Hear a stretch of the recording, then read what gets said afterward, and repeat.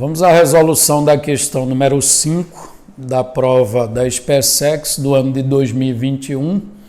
A prova que estamos resolvendo é a de modelo D, certo? Vamos ao enunciado da questão. Considere I a unidade imaginária, a soma infinita onde o enésimo termo é dado por 5 vezes I elevado a N dividido por 2 elevado a N menos 1, para N igual a 1, 2, 3 e assim por diante, resulta no número complexo, cujas partes real e imaginária são respectivamente iguais a letra A, 2 e 4, letra B, 2 e menos 4, letra C, menos 4 e 2, letra D, 4 e menos 2, letra E, menos 2 e 4. Então veja, o enunciado diz que esse izinho que aparece na questão é a unidade imaginária lá do número complexo, isto é o número cujo quadrado é menos 1, certo? Aí ele dá essa soma infinita, observe que aqui você tem uma reticência, onde o enésimo termo dessa soma, ou seja, as parcelas, né, o termo geral dessas parcelas é indicado por 5 vezes I elevado a N dividido por 2 elevado a N menos 1. Isso para N igual a 1, 2, 3 e assim por diante. Por exemplo, quando N é igual a 1, embaixo vai dar 2 elevado a 0, que é 1, I elevado a 1 dá I, vezes 5 dá 5I. Portanto, é o primeiro termo da sequência. Quando N for 2, aí no denominador vai ficar 2, porque vai dar 2 elevado a 1, 2, ok? E o I vai ficar elevado ao quadrado, que é menos 1. Então vai dar menos 5 sobre 2, que é o segundo termo da sequência. E assim por diante. Ao passo que eu vou variando N, eu vou obtendo os termos da sequência. Aí ele diz que ao realizar essa soma, certo? Você obtém um número complexo, cujas partes real e imaginária são respectivamente iguais a. Então, o que ele quer saber é, o resultado dessa soma vai ser um número complexo, certo? Aí, na sua forma algébrica, você vai ter lá dois pedaços. A parte que não tem o I, a gente chama de parte real do complexo. E o coeficiente do I é chamado de parte imaginária. Aí é isso que ele quer que você indique. Agora, observe que ele pede na ordem, né? Ele colocou aqui respectivamente, ou seja, você tem que procurar a alternativa que traz primeiro a parte real e depois a parte imaginária. Então, vamos à resolução da questão. E para resolver a questão, eu vou precisar de uma parte teórica do assunto progressão geométrica, certo? Então, imagina que aquela sequência ali é um APG, tá? Uma APG infinita, cuja razão, porque a sequência lá do problema, observe que é uma sequência finita. Então, ali eu tenho uma APG infinita e eu estou assumindo que a razão que eu estou representando pela letra Q é um número entre menos 1 e 1. Aí, quando você tem uma progressão geométrica em que a razão é um número entre menos 1 e 1, você consegue calcular para onde a soma dos termos da sequência está convergindo, certo?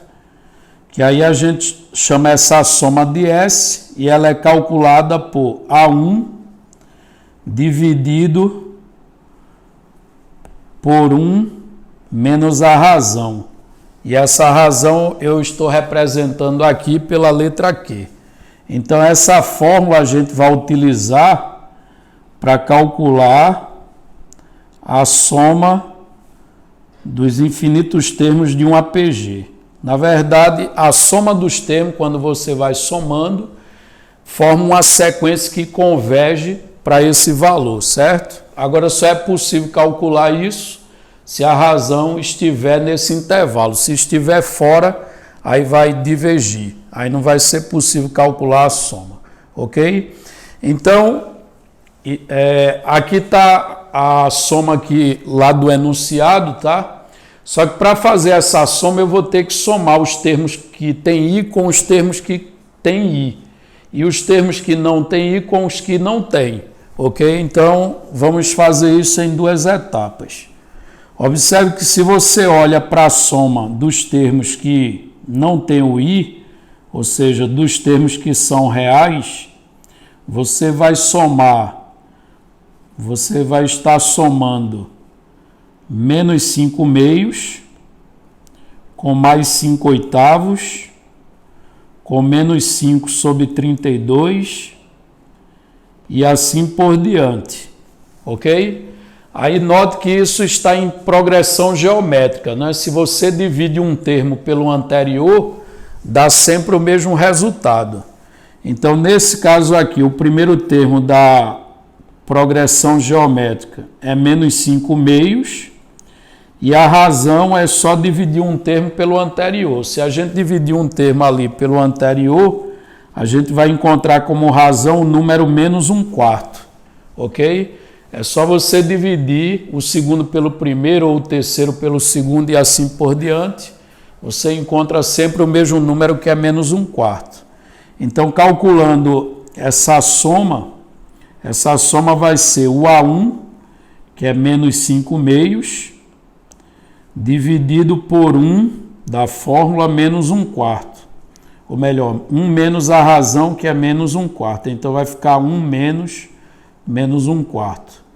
E aí, fazendo as contas, vamos ficar com menos 5 meios dividido por 1 mais 1/4. 1 mais 1/4 vai dar 5/4. Aí caímos aí numa divisão de fração, basta repetir a primeira e multiplicar pelo inverso da segunda. Aí isso vai dar, simplificando, vai dar menos 2, ok?